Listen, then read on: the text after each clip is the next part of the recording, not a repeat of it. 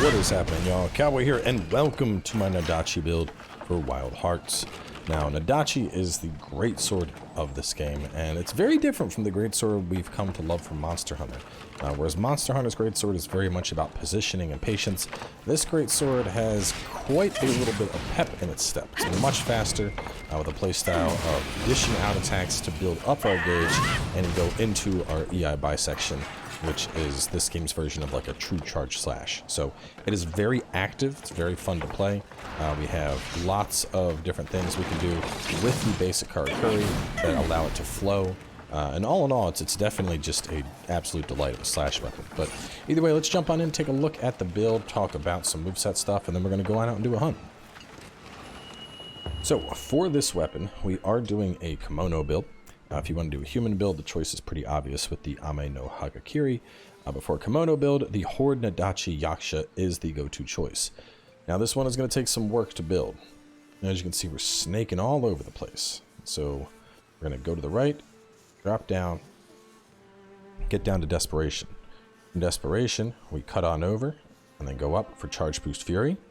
We hop over to here for more Charge Boost Fury. And then we go up and work our way around, dip by the final boss for Double Strike, and then we end here with 2 Double Strike, 2 Charge Boost Fury, and Desperation, which all in all stacks up to quite a healthy amount of damage. Now, as for the other potential rolls, this one, we're not really taking all that much advantage of Karakuri coordination here. I mean, it'll help, but otherwise, you know, not really feeling this one. Karakuri and Fusion Reaper aren't all that good to me. And then this one, the big thing for me is, honestly, I'm still not sure how Hawkeye works. If this is just a 10% bonus against anything that's weak to slash, that'd be great. But a lot of the bonuses are kind of unclear. And on top of that, you know, battle swordsmanship, not a bad perk. But to be honest, I'm going to be using my build-ups a lot, my Karakuri coordinations. And so I'm more just trying to build up to get out my big EI slash, not focus on my X and Y attacks. So I do think this is going to be the best go-to in that case because it has charge boost. But taking a look at the gear and talismans, as for the talisman, we just kind of went generic attack all around. We got Final Blow and Destruction Art, some Strong Arm Spirit, some health boost, Sleight of Hand Fury over there, Sprint Master and Stowed Weapon Art. Over here I was running out of things, so we went for health boost, 1 Stroke Fury, even if I took this off.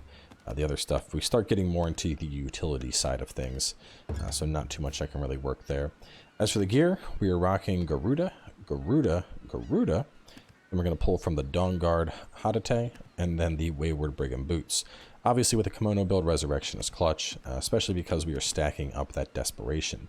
Now, these are kind of just a general all-round Kemono boot choice. I've used them in a couple other builds, and there are a few alternatives for a Kemono build. You don't really want Vengeance here, because we don't want to be getting hit to begin with, so we're skipping on the Garuda.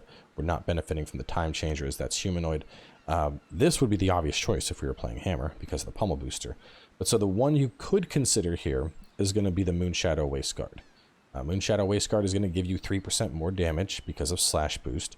It is also going to give you Sidestepper, which is going to give you a farther roll. So this is a decent piece. If you can get that put together, you know, that's going to be, it's just 3% is such a minuscule amount of damage. It's really hard to be like, yeah, 3%, you know, it's very minimal. And don't get me wrong, the benefits on here are pretty minimal as well. But we pull it up, you know, the 10% after conjuring a Karakuri, like I said, we're going to be working with those a lot. So I do think that is going to pull ahead for this particular build. Of course, we got the boar mask on because our fashion's all over the place. Might as well just junk it up some. But to talk about kind of the basics of this weapon, as well as the basic Karakuri, I see a lot of people, they play this weapon and they want to like hold it and charge and then look for opportunities to stand still and charge. And you really don't want to play it like that. The beauty of this weapon compared to like the Greatsword of Monster Hunter is that any attack you do while holding your EI stance will build your charge. So going for your redirectionals with Y, those are going to build your charge. Going for your regular downward slash combo, that's going to build your charge. All of that stuff is going to build you up to where you can do the EI bisection, which is the full gauge. Now this also includes stuff like the basic Karakuri. For example, if we were to go off of this guy and then hit Y, any attacks from that are going to build your gauge. So if we're closer, you can see a nice chunk of gauge coming up off of that, building up to do that bisection. We can also do this off of the spring. As you can see, that one's really good. The Celestial Thread is identical to the spring, except you can just spam that attack, so I do like the Celestial Thread here. The Torch, I'm a really big fan of Torch. You come out, and then boom, and you can go straight into an EI whirlwind. Basically, doing the Torch attack, instant 50%, which is really nice. Now, the one I don't see a ton of people talking about is actually the Stake. The Stake is a finisher, and it's really hard to do it on the bear, so I had to test this out on a Kingtusk.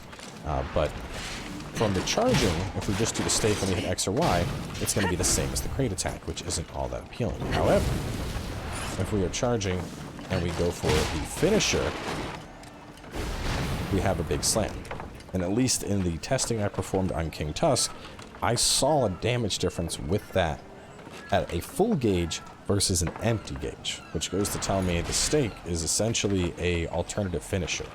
So if we were to build all the way up to our max charge and we weren't in a time where we could effectively release it, we could instead Stake, jump, and then do that big slam down with the Stake, doing some monstrous damage. And it's just going to be a faster way to get that level 3 charge out. So my final setup here was going to be crate, spring, Stake, and torch. Spring especially, because while you're holding this stance, you're going to be losing stamina.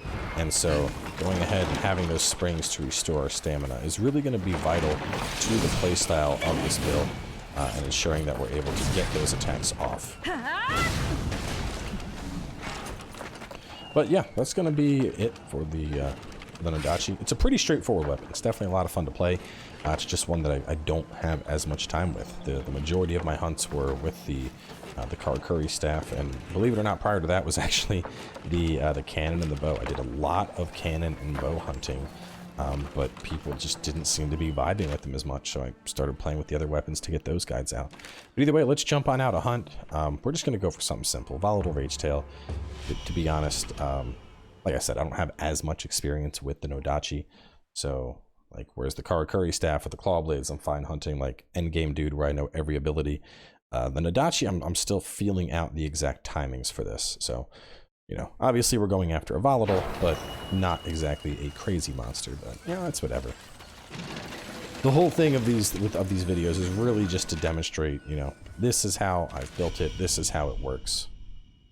I'm sure in most of these cases, somebody that is better than me at playing the weapon could probably put this together and absolutely destroy anything they're fighting with it.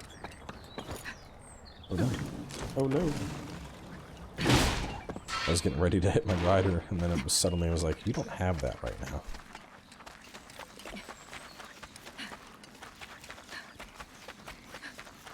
So if you want, you can certainly do the whole like sit and charge up and get an EI.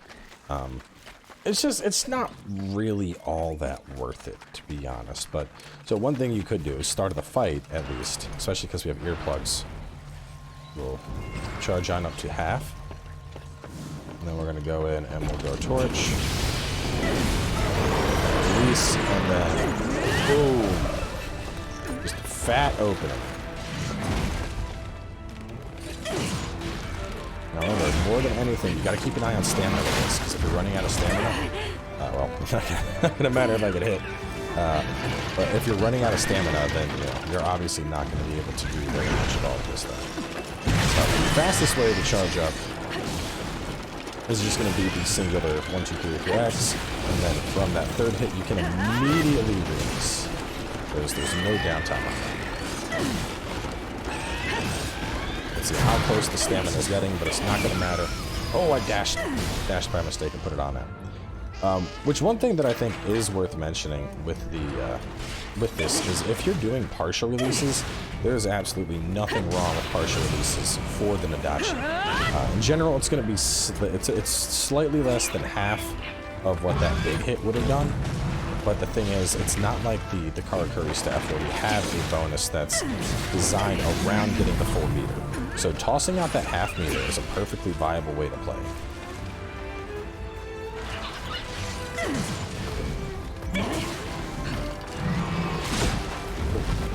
Right on top of you.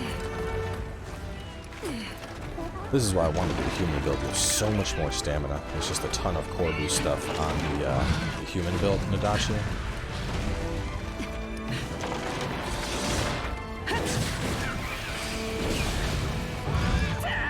Oh man, get away from me.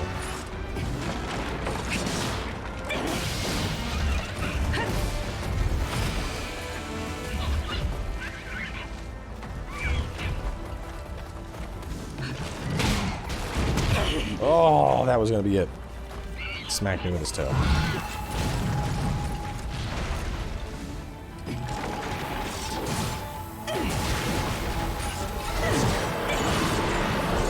Oh, released that one a split second earlier.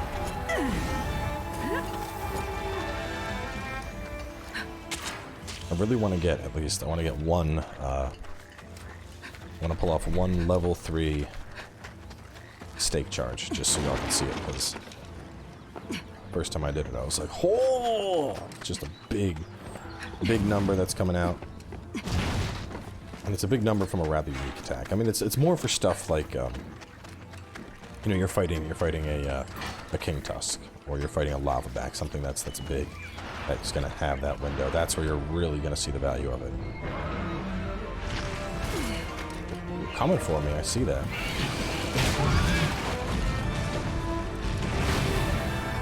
Man, you're not gonna let me do it, are you? Whatever.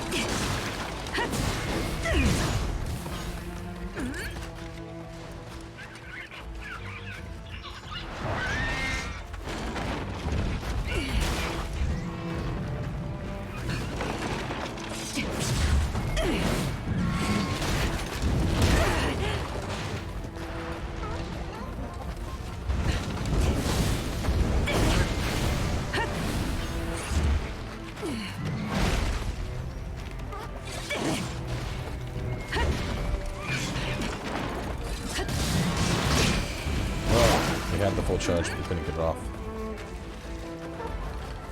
I'm actually gonna let this thing crash, and then we're gonna go pick up and get a hunter's arm on it.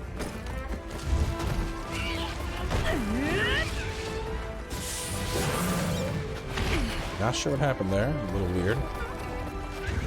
It's like it moved, so it lost the. It would have been the hunter's arm, and instead did a attack.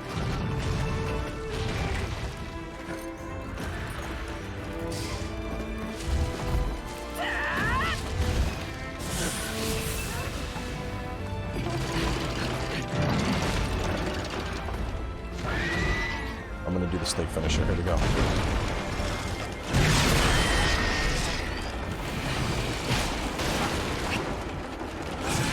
Boom! Oh. Only got a partial on the tail. Disappointing.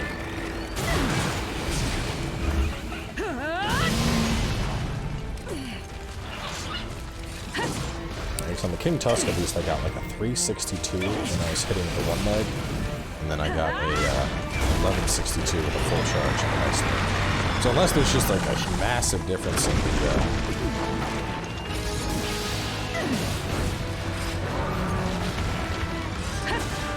leg differences, which I doubt it.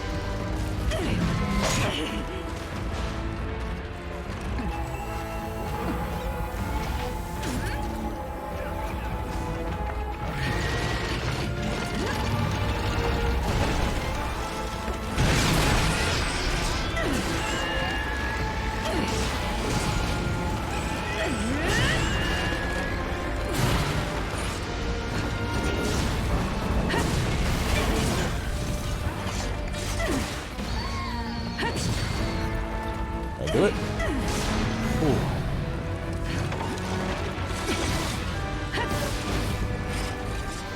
1, 2, 3, up. Oh, barely got the tail there. It's alright, it's gonna run. Pick up these mats.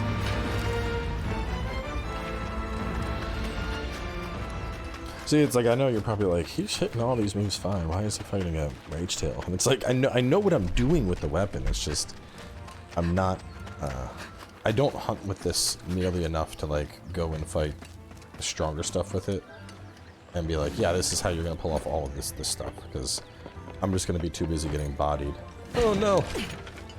Wrong button.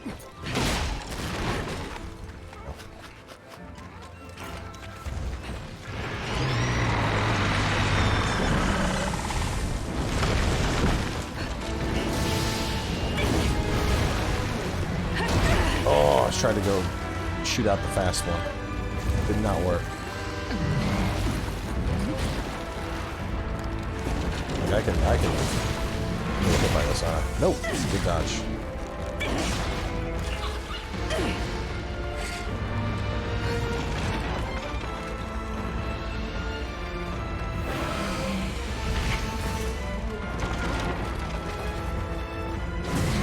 Come on, do it. Oh no, I knew that was gonna be risky, but.